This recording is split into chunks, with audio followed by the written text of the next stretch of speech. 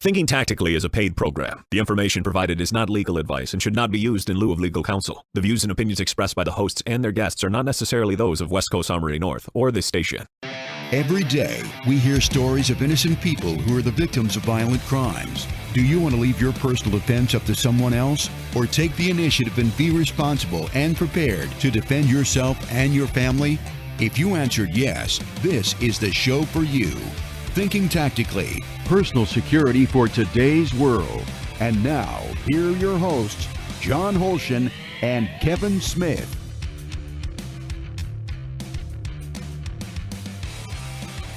Good morning and welcome to Thinking Tactically, personal security for today's world. I'm Kevin Smith. And this is John Holshin. We're going to be talking about tactical first aid, some carry optics, and we're going to start with what's going on in the news. So, John, what do you got for us this week? This story comes to us from Phoenix, Arizona, where police are offering a reward to help find a suspect who stole a gun from a customer at a McDonald's at about 3:45 in the afternoon. According to the police spokesman, the victim was placing an order when the male suspect came up behind him and stole the gun from his back pocket holster and then fled the store. Yeah, a lot of things never going a good on day. there. Exactly. And actually, there's a video up on this, a surveillance video from the store. And sure enough, I mean, you don't see the guy must have sized up the situation ahead of time before he comes into the camera, because he doesn't spend any time at all, looking at the gun or anything else. He just steps right up behind the guy, reaches right in his pocket and grabs the gun and takes off. The story goes on to say that the gun owner chased the guy down outside the store with predictable results. The now new owner of or possessor of the firearm turned around and stuck it in his face, of course, and told him to back off because, hey, now I've got a gun. Yeah, I don't think even if somebody takes my gun there, I'm going to be chasing after them when they now are armed and I'm not. Exactly. So, there's a lot of things wrong with this one. There's, if you're going to carry openly for whatever reason, your back pocket's not the place to do it. It needs to be in a retention holster. There's a bunch of issues. But, what I recommend avoids all these issues, and that is don't carry openly. We've talked about it a couple times already, too. Yeah, it's, I understand absolutely its use as a political statement. But even when used as a political statement, in all honesty, I have to wonder how effective that is. I think we probably alienate more people than we bring around to our way of thinking. Because the fact is, guns scare people. People that don't know about them and aren't used to them don't want guns in their face. And I just don't think it's an effective tactic, even politically.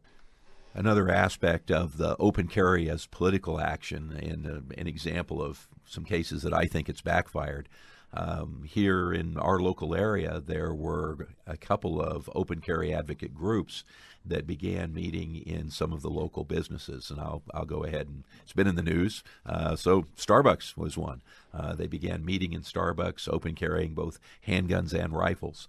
This led to enough consternation from employees, from other customers, that Starbucks found it necessary to write a policy asking customers not to bring firearms into the store. They are definitely not alone. Costco, Target, Toys R Us, Chuck E. Cheese, Sonic, Whole Foods, IKEA, Pete's, the list goes on and on. Many of these did not institute these policies until they felt forced to, because open carry advocates were using their stores as platforms to push or to bring out this open carry agenda or this pro-gun agenda. Again, I'm as pro-gun as anybody. My gosh, I own a gun store and a range. Yeah. So obviously, you shouldn't have any doubt about where I fall. But I don't think it's helping us when we alienate people to the point that they feel that they need to make policy preventing us from doing things that we believe we should do. Well, and it continues to go back to what you've talked about, where it makes people that aren't comfortable with guns uncomfortable.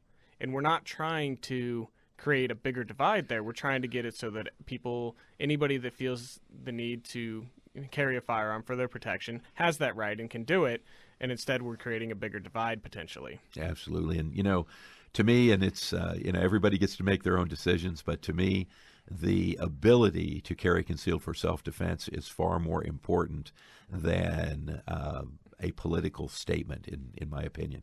We already have that ability, particularly here in this state. Why are we taking action that cause people to think that they may need to limit that ability? Tactically, of course, it's a disaster. There you are with an exposed gun, which means the bad guy gets to come up with a plan. He has time to figure out what he wants to do. And some people say, well, yeah, I hope he figures out to leave me alone. Well, okay, possibly. But, if they're really a bad guy and dedicated to doing what they're doing, he now has time to figure out, is he going to shoot you first? Is he going to hit you in the back of the head with something and take your gun and be armed where he may not have been before? To me, the tactical downside far outweighs the potential tactical upside. Well, and you just hit it on the nail there of this guy was targeted because he had a gun that was clearly visible, and they stole his gun. Yeah, and as I say, even with a retention holster, even with better awareness, although, I've been involved in security-related issues in multiple countries for a long, long time, and I like to think that I'm very alert, very aware. But the fact of the matter is, you cannot, by yourself, maintain 360-degree security constantly.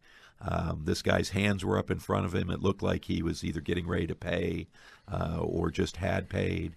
He's talking to the clerk. His attention is there. His hands are full.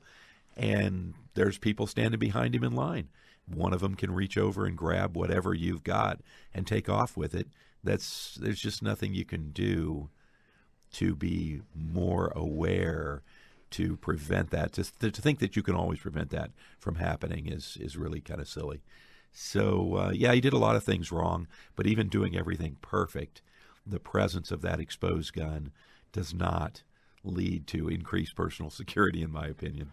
No, and like you said, I mean, if he's got that concealed, nobody's taking that firearm. And then he can just enjoy his McDonald's, his Big Mac, whatever he's getting, and not have to worry about it. But now he's out his lunch and he's out his firearm. Absolutely. So, that's just another example of why we don't recommend open carry as a self-defense strategy.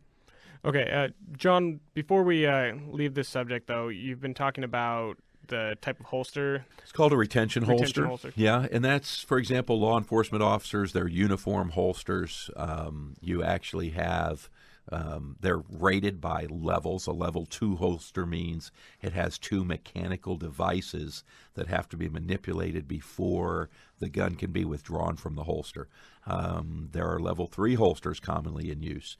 So you might have to push something out of the way and then manipulate a lever or a button and then twist or pull the gun in a certain direction. And it has to be done in that order in order to get that gun out.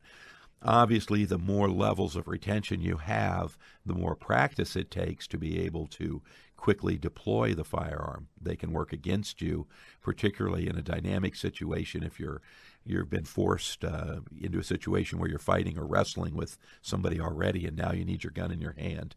That can really slow down your draw, or in some cases, it complicates the draw significantly, and in some cases can make it very, very difficult. So if you're going to use retention holsters, you have to practice with them a lot.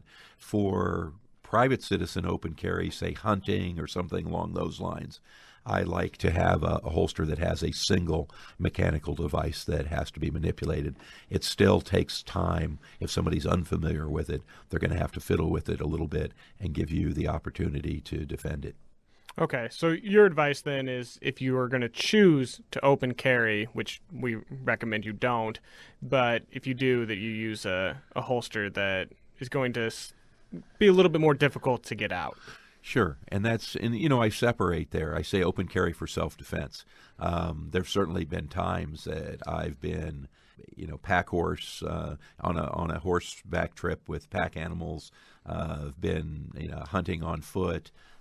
Been out in the woods, just walking, hiking where I wanted to have a firearm, and carrying it exposed might be the most practical thing to do. That's a different situation than running around town with it. Yeah. All right. Thank you for the clarification there. And We're going to take a quick break here, and when we return, we're going to be talking about tactical first aid. So stay with us. You're listening to Thinking Tactically, Personal Security for Today's World, right here on Fox Sports 1380.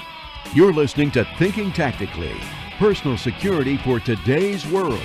Brought to you in part by West Coast Armory North, providing expert personalized service to each individual client. For more information, log on to westcoastarmorynorth.com. Insights Training Center is locally owned and nationally recognized and offers the most complete self-defense, firearms, and tactical training available to civilians and private organizations, law enforcement, and military. In business for over 20 years, they've taught more than 20,000 private citizens, law enforcement officers, instructors, SWAT teams, corrections personnel, security officers, and military personnel, offering classes from basic self-defense and handgun safety to advanced tactic classes and everything in between. Insights Training Center has a course for you. Their professional instructors come from highly specialized and thorough backgrounds in law enforcement, military special operations, and the private sector. Visit InsightsTraining.com for a complete list of upcoming classes. Every day, there are men and women of our armed forces dealing with illness and injuries, and their families are unable to be by their side. Fisher House works to get the families of injured military members to their soldiers during these difficult times. They provide housing and transportation to help make certain our soldiers are not alone. Visit fisherhouse.org to see how you can make a difference in the lives of the brave men and women of our armed forces that have sacrificed so much for us. Those of us at Thinking Tactically and West Coast Armory North are proud to support Fisher House. Next Saturday, May 28th, is Silencer Co. Demo Day at West Coast Armory North from noon to 5 p.m. Try a wide array of suppressors from Silencer Co. We will have Omega 9K, Osprey Micro and 45, Salvo 12, and much more available to try. A Silencer Co. rep will be available to answer any questions you may have. This is a free event. Even the ammunition for the demos will be provided. We will also be having a raffle where the winner will receive an Omega 30 Cal from Silencer Co., a value of $950, with all of the proceeds from the raffle going to Fisher House. For all the details, go to westcoastarmorynorth.com. So join us Saturday, May 28th from noon to 5 p.m. for Silencer Co. Demo Day at West Coast Armory North. Taking responsibility out of someone else's hands and putting it into yours. This is Thinking Tactically, Personal Security for Today's World. And now, back to more of the show. Here are your hosts, John Holshin and Kevin Smith.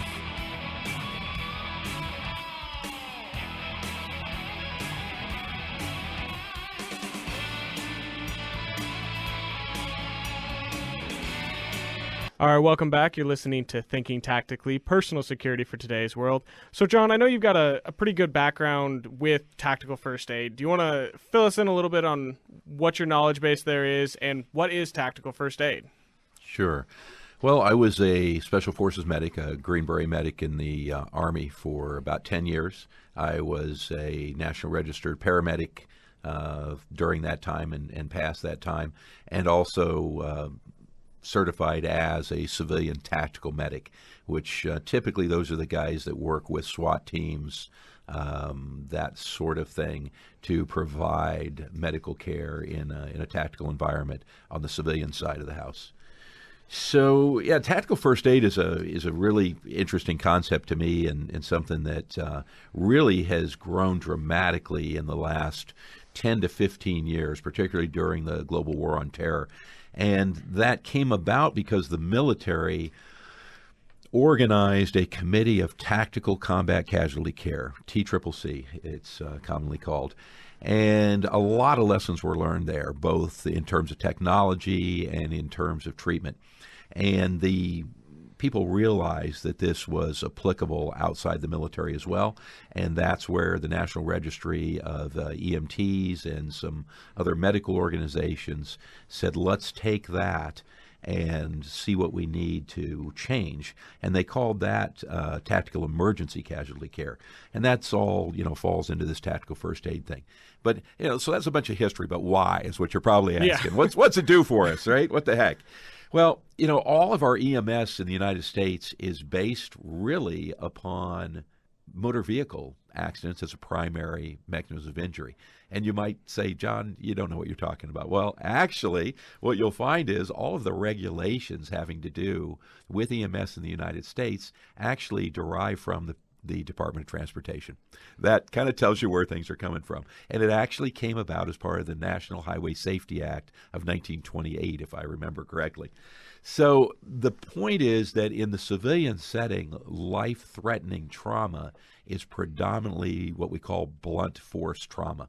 If you look at motor vehicles, you were traveling at a high rate of speed. All of a sudden, the vehicle came to a rather abrupt stop. Imagine that it hit another car head on or hit a tree or a bridge abutment or whatever.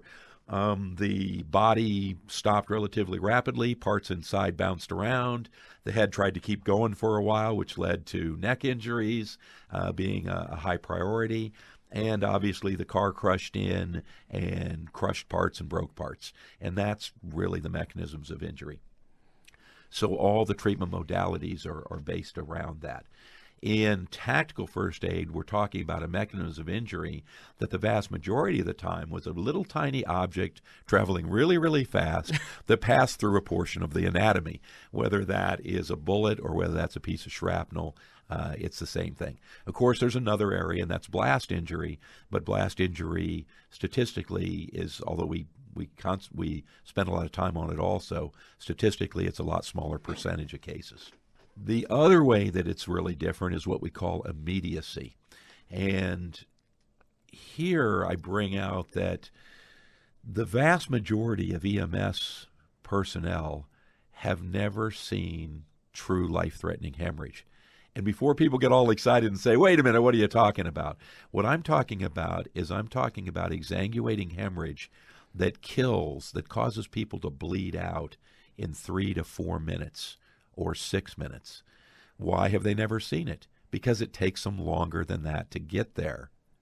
So they're already gone if that's the case. Exactly. So this concept of immediacy, I'm not saying they haven't dealt with bad bleeding. Of course they have. But they have not dealt with, for the most part, with arterial bleeding that's going to cause somebody to bleed out in 5 minutes or less. Because by the time the call goes in, the time to get there, the dispatch time, all of the parts in there, the fact is more time than that has already elapsed before EMS ever gets there. So in tactical emergency casualty care, the point is it may be you or someone standing right next to you when a bullet goes through them. So you are there. This causes us to look at how we treat hemorrhage control quite a bit differently as well. There is one third aspect that's different, and that is that, if you exposed to first aid or EMS training, one of the first things that you do after personal protective measures is you ask yourself, is the scene safe? Well, what do we think? We were standing here and a bullet just went through this person next to me. Obviously, the scene is not safe. Obviously, there is a problem here that we need to take into account in our treatment plan as well. Okay. So what are the major differences or priorities between, we've talked about some of the different aspects of what it means, but what are the differences in how you would go about treating or responding to a situation between tactical first aid and your basic just first aid EMS response? Sure. Well, if you think back to first aid training that you've had, the mnemonic that you were taught was ABCs, airway, breathing, circulation. So if we look at that, airway typically kills somebody in 4 to 6 minutes. Breathing, tension pneumothorax, 12 to 20 minutes. Circulation or bleeding, well, we just talked about lethal hemorrhage can kill you in 3 or 4 minutes. And it works to have ABCs if they've already died when you get there. But we're going to be there. So what's going to happen is life-threatening hemorrhage goes to the head of the list. There is an acronym that we use. We won't have time to get into all of the pieces of it today, but the acronym is MARCH. And MARCH, the M, the first thing, stands for massive hemorrhage. If you recognize life-threatening hemorrhage, that is your first treatment priority. But actually, in tactical first aid, we need to back up a couple steps even before that, because before we start treating, we need to ensure that the threat has been mitigated in one way or another. Either we've got away from it ran away from us, or someone has used force to take the threat out, one of those three things.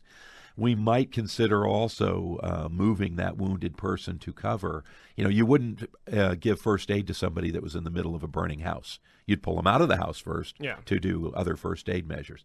Same thing here. If bullets are flying across the street and somebody right next to you got hit, you could grab them and pull them into a doorway before you start thinking about treating them. So we need to mitigate the threat in one way or another. That may involve moving the patient, and then we're looking for life-threatening hemorrhage number one, or massive hemorrhage number one.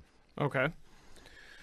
How do we handle massive hemorrhage is the next question. Well, back when I first learned first aid, it was you never put a tourniquet on unless you're willing to sacrifice the limb.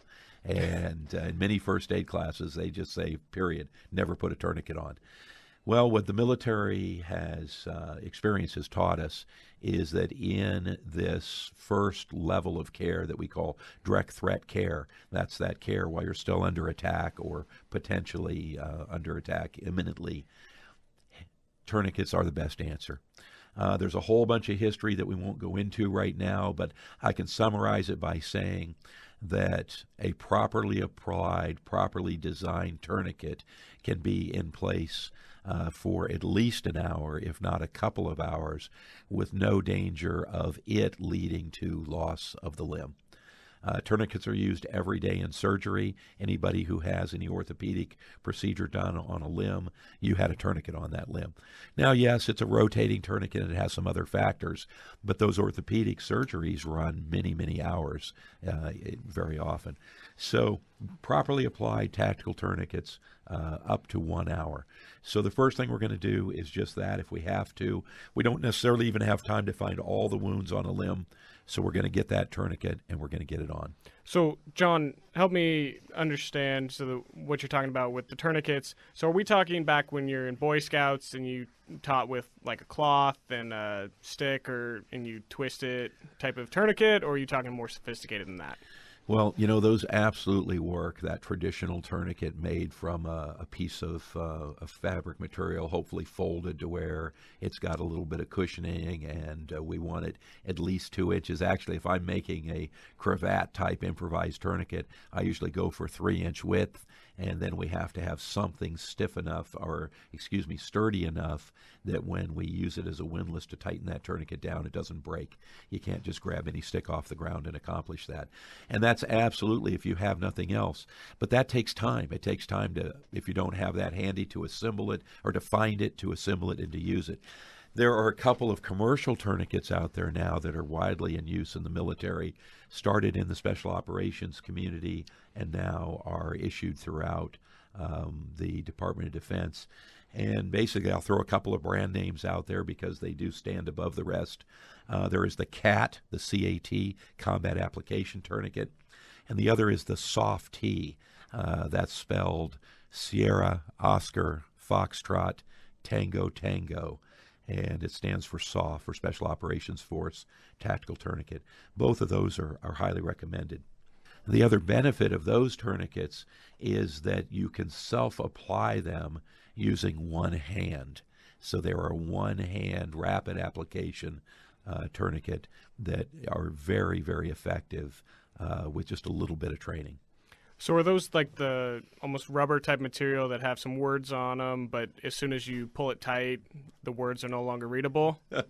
Well, I won't actually mention that brand because actually, no. Although there are a number of videos out there, YouTube and other places, that appear to show that tourniquet working, the military trials and tests found that it only worked part of the time. These are a combination of a nylon strap, plastic buckle, Velcro, because one of the things you want to do is you want to get as much slack out of it as you can before you start twisting the windlass. So basically you have a nylon webbing strap with Velcro on the end and a plastic Delrin buckle. You pull it as tight as you can. You use the Velcro to hold it in place. And then there is either metal or a high-speed plastic Delron rod that you use to twist as a tourniquet.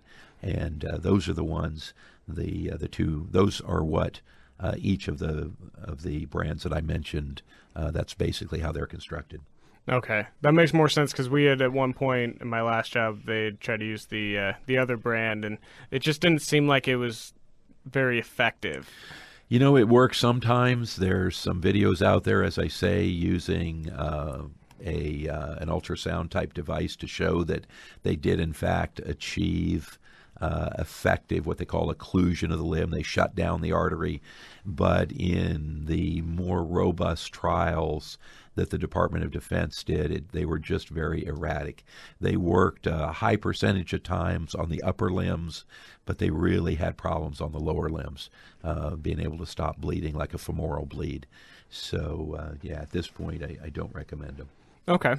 Okay, so that is what we do under direct threat. That's the bullets are still flying.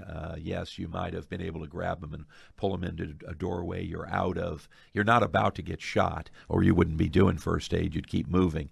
But you may then turn into a situation where you believe the problem is mitigated, the tactical threat is mitigated, but you don't know for sure, and it could return. So then we move into that next phase we call indirect threat care. And that is where we go back, we double check that major hemorrhage, and then we move on to the rest of the acronym we use there. We do look at airway and respirations and circulation. We look at head injuries. We consider hypothermia, a bunch of other things. But the other place that I want to focus for a moment there is this is where we may identify other wounds that we didn't realize that weren't bleeding as massively. Or if this turns into an extended period, we might want to convert that tourniquet into some other form of dressing. Because the way we look at it, there's two reasons to put on a tourniquet.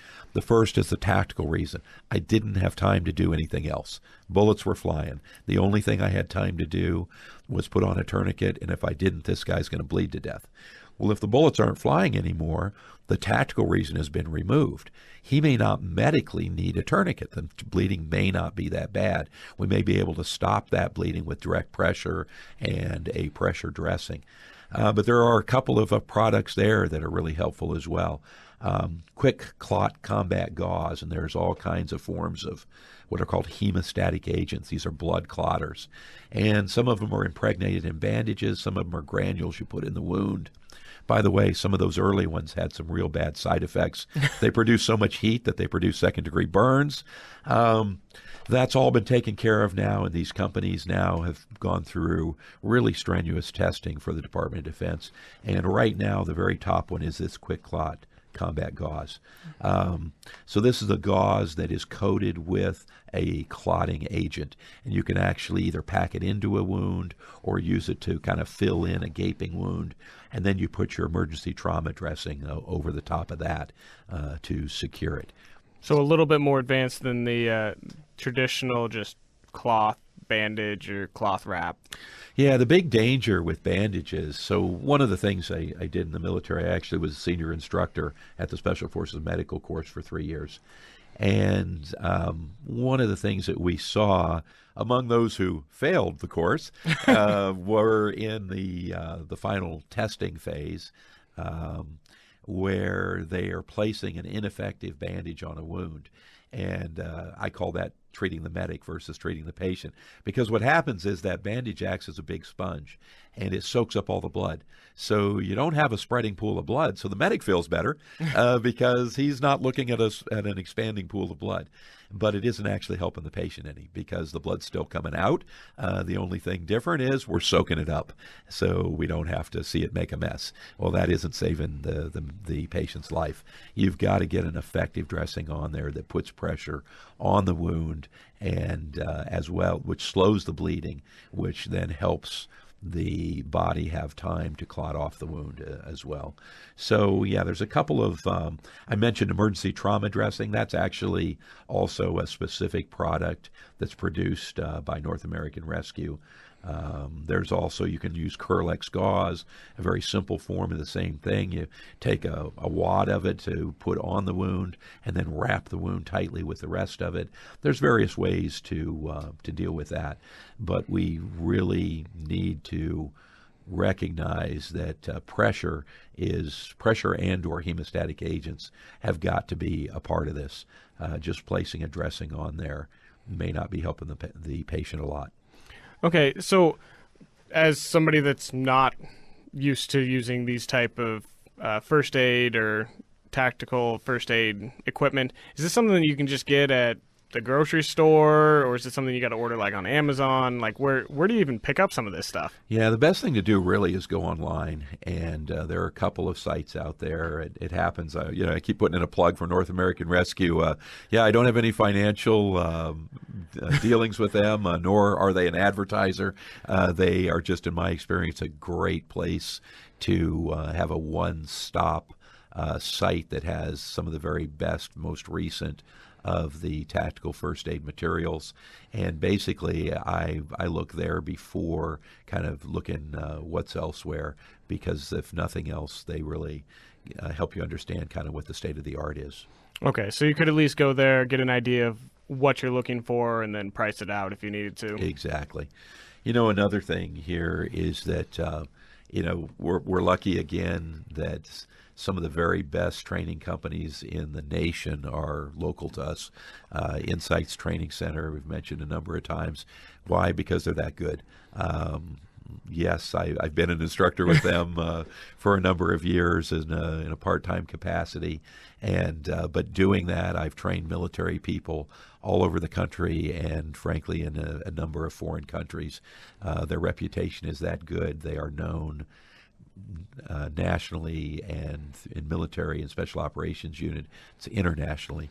They have a great, I believe they offer both a 1-day and a 2-day tactical first aid course. You'd have to go online and double check me on that. But they do offer a tactical first aid class for private citizens. They also offer 3- and 5-day programs for people that need or want more depth along those lines as well, tactical combat casualty care classes.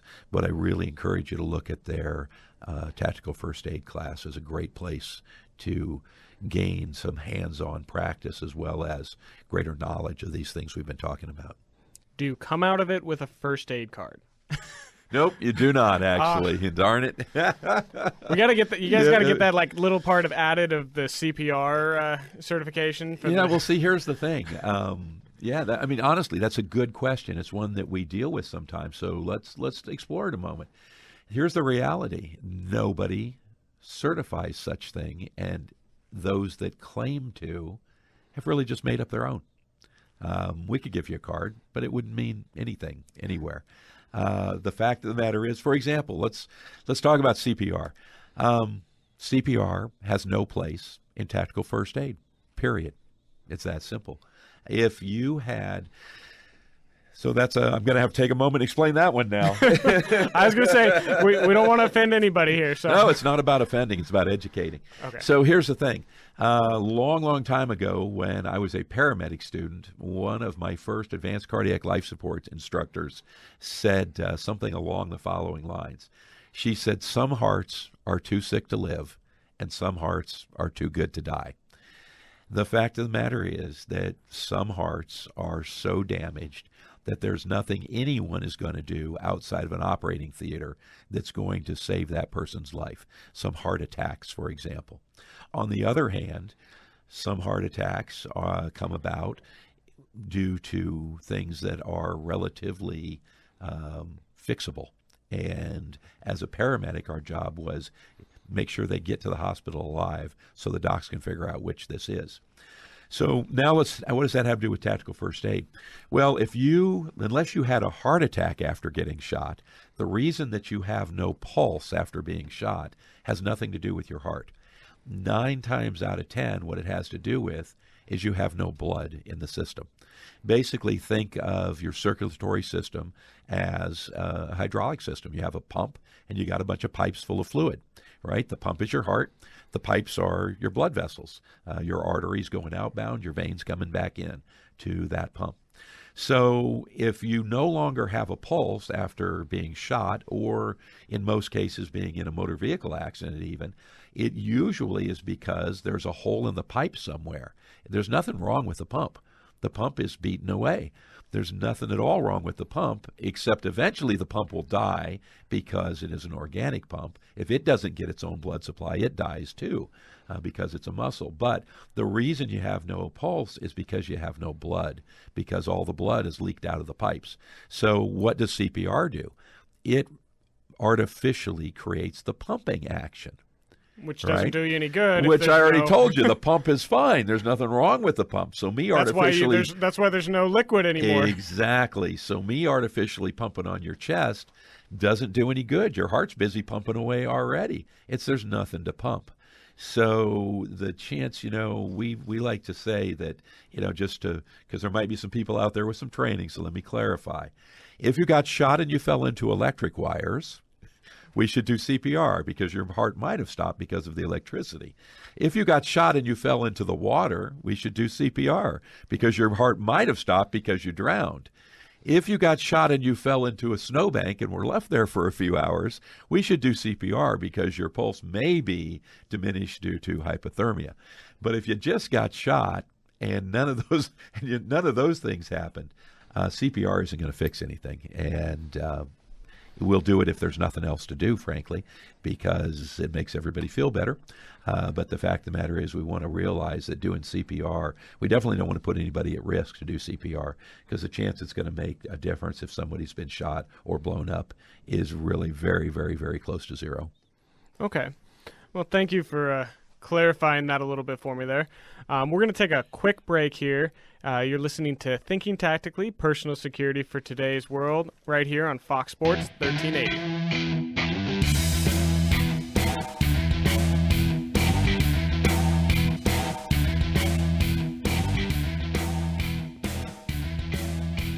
You're listening to Thinking Tactically, Personal Security for Today's World. Brought to you in part by Insights Training Center, offering the most complete self-defense, firearms, and tactical training available to citizens, private organizations, law enforcement, and military. Online at insightstraining.com. The Northwest Women's Shooting Network is a comprehensive resource in person and online for all women's shooting needs and questions. Everything from basic education to continuing education, we are here to help you find and buy the right gun for you, get the proper skills for personal protection, and to create a welcome and safe environment to learn with other women. Coming from over 30 years of combined experience in the shooting industry, we are mothers, sisters, wives, and just plain awesome gals. In other words, just like you. Our commitment is to help you become an informed, skilled, confident woman. We are based out of West Coast Armory North in Everett, Washington, minutes north of Seattle. We offer a variety of events, seminars, training, and more. Already we have hosted a variety of events such as Kids Safety Day, Ladies Night Out, and shopping events. And we also hold regular women-only classes in addition to our Ladies Shooting Club and Ladies League. At the range, we have over 70 rental firearms for you to try before you buy, and every Thursday is Ladies Day. Find us at westcoastarmorynorth.com under the Women's Network tab and on Facebook at Northwest Women's Shooting Network. The trauma of war does not end when the guns stop firing. Many servicemen and women who come home from war face life-changing issues. These issues can affect not only them, but their families and friends. If you or someone you know is struggling with PTSD, know you are not alone. Veterans Affairs has resources and information available to help our brave soldiers. Go to ptsd.va.gov to learn how they can help.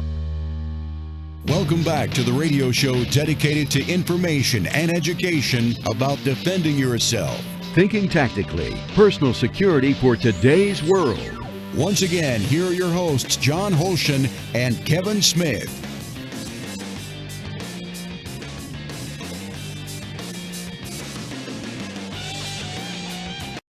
All right, welcome back to Thinking Tactically, Personal Security for Today's World. So, John, I know that I've been seeing a lot with some competition with red dots in competition for quite a while now, and I've been noticing down at the range that a lot more personal use firearms are having red dots and different things with optics. So, what's going on with that?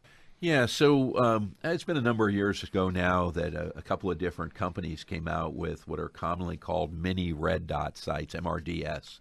And these are, they're typically maybe an inch wide by an inch and a quarter, inch and a half long. And really it kind of grew out of electronic sights on rifles, on battle rifles, have just become an absolutely not only accepted but almost expected addition to a combat rifle these days. And I could tell you a little bit about that. I was one of those guys that when I first deployed overseas, I said, you're crazy. There's no way I'm going to trust my life to some electronics. I need the sights on my rifle need to be those solid steel things that we've had for years. They work fine. They last a long time. No batteries to wear out. No electronics to break. You're crazy to rely on those damn, electronic sights. So I got over to Iraq, actually, the first time. And frankly, the situation I was in did not feel all that hazardous. It was shortly after the war, and things were still pretty calm. And I was issued a rifle with a red dot sight.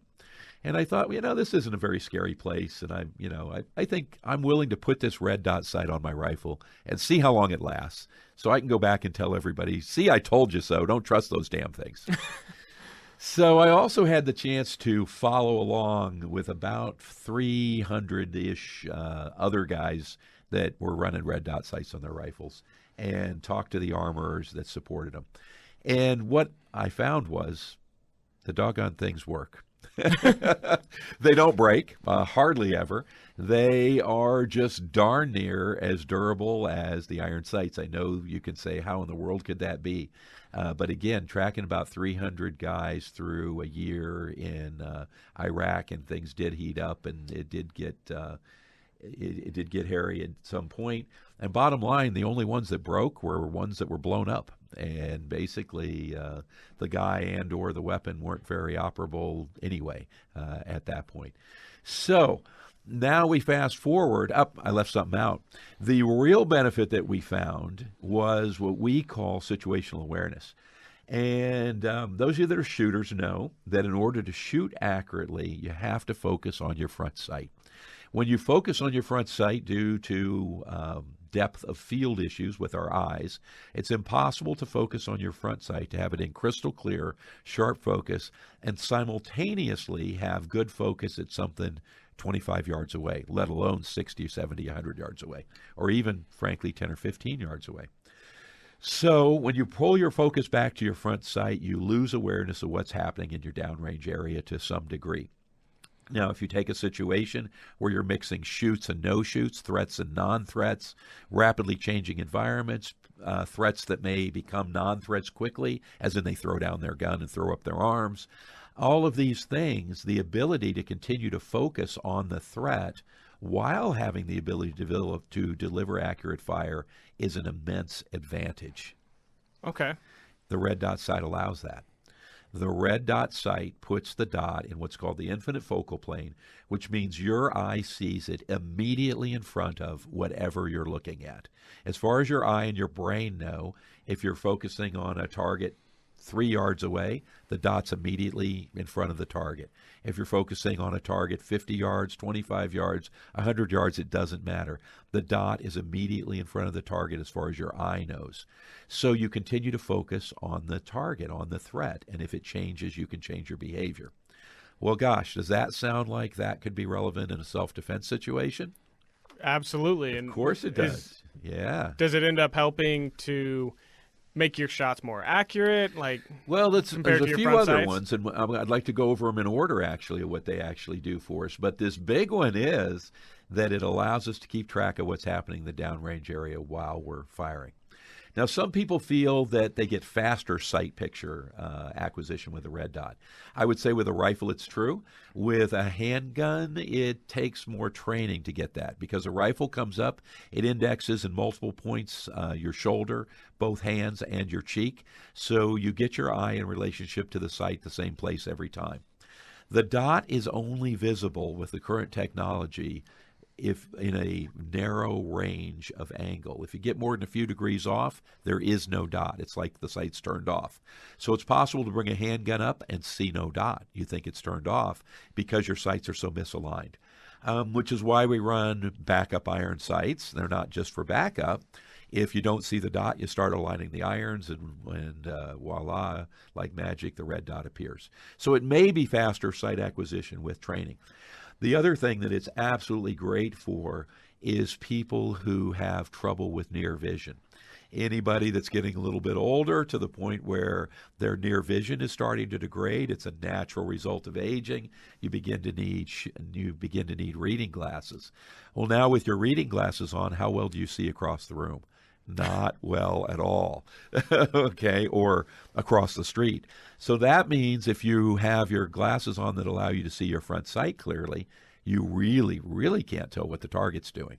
Again, the red dot sight puts the dot in the infinite focal plane. Your eye sees it as if it's at the target. So if you can see the target, you can see the dot crystal clear. So those people with aging eyes.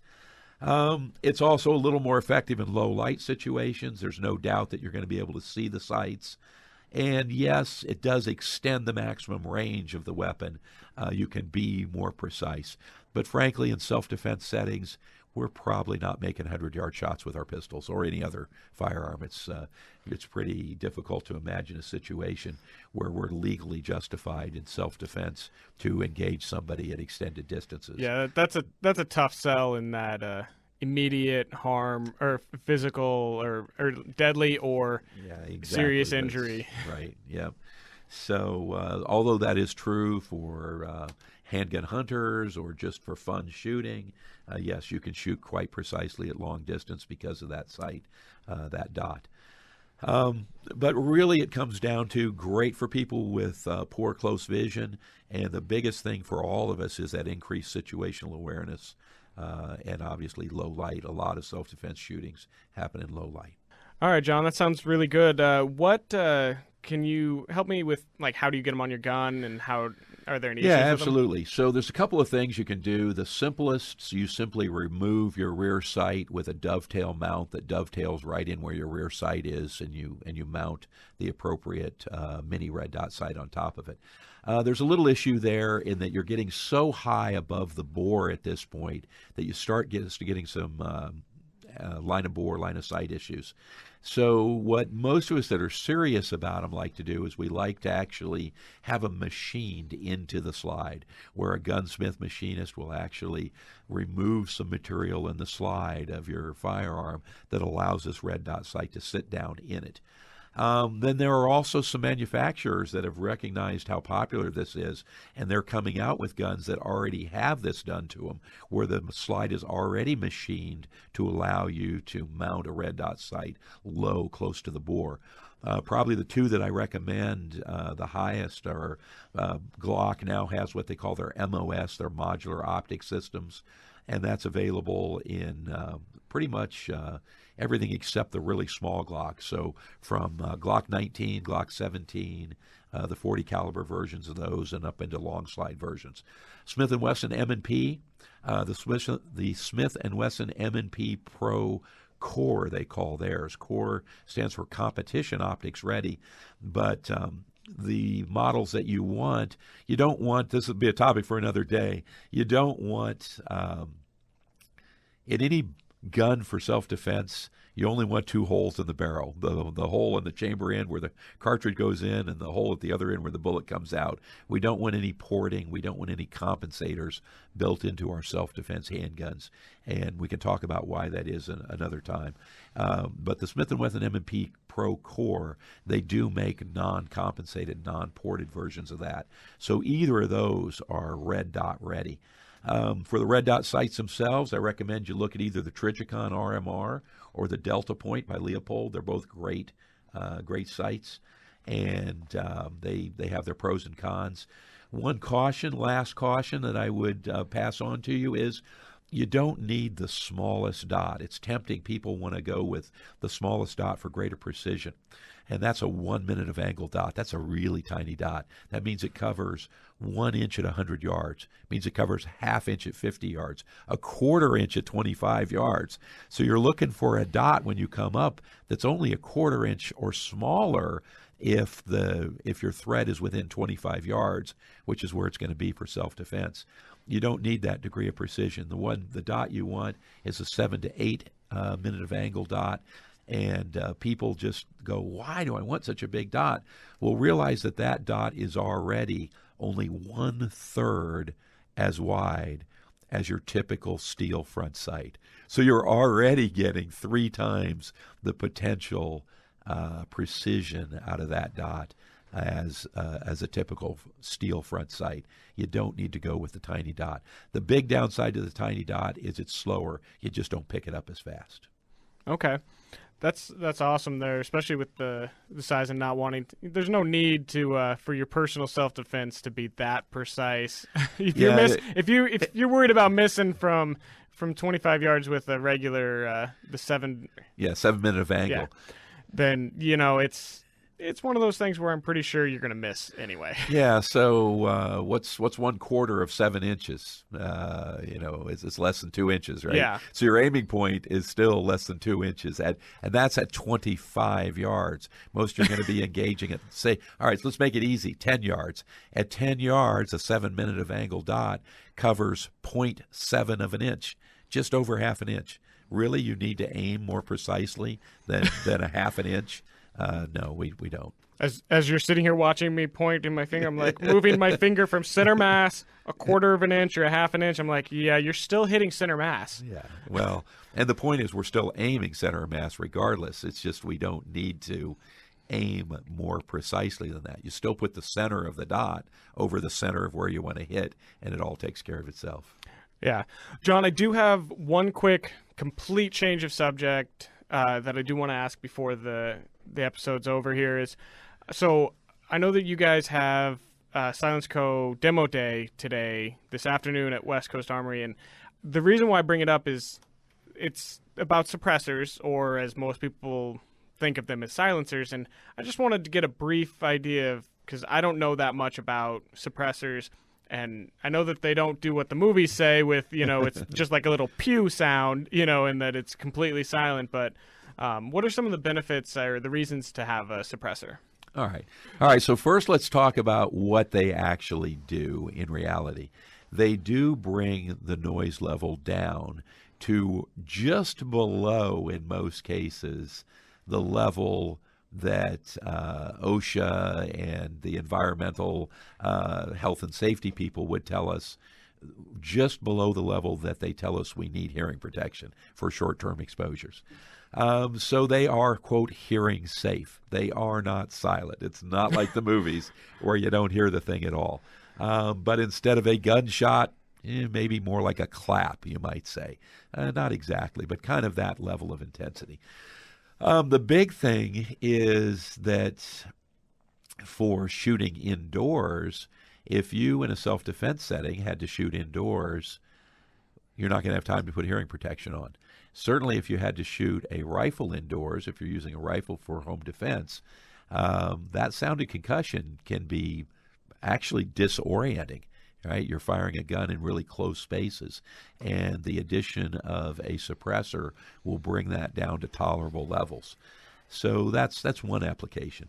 Another application in the UK, for examples, guns are tightly regulated. Most of the firearms that are allowed are for hunting purposes.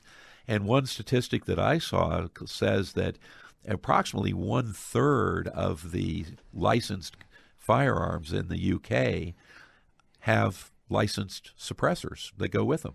And we're talking mostly about hunting rifles where they're concerned with not disturbing the neighbors. They're concerned with not having there be gunshots that are being heard that cause people to be concerned.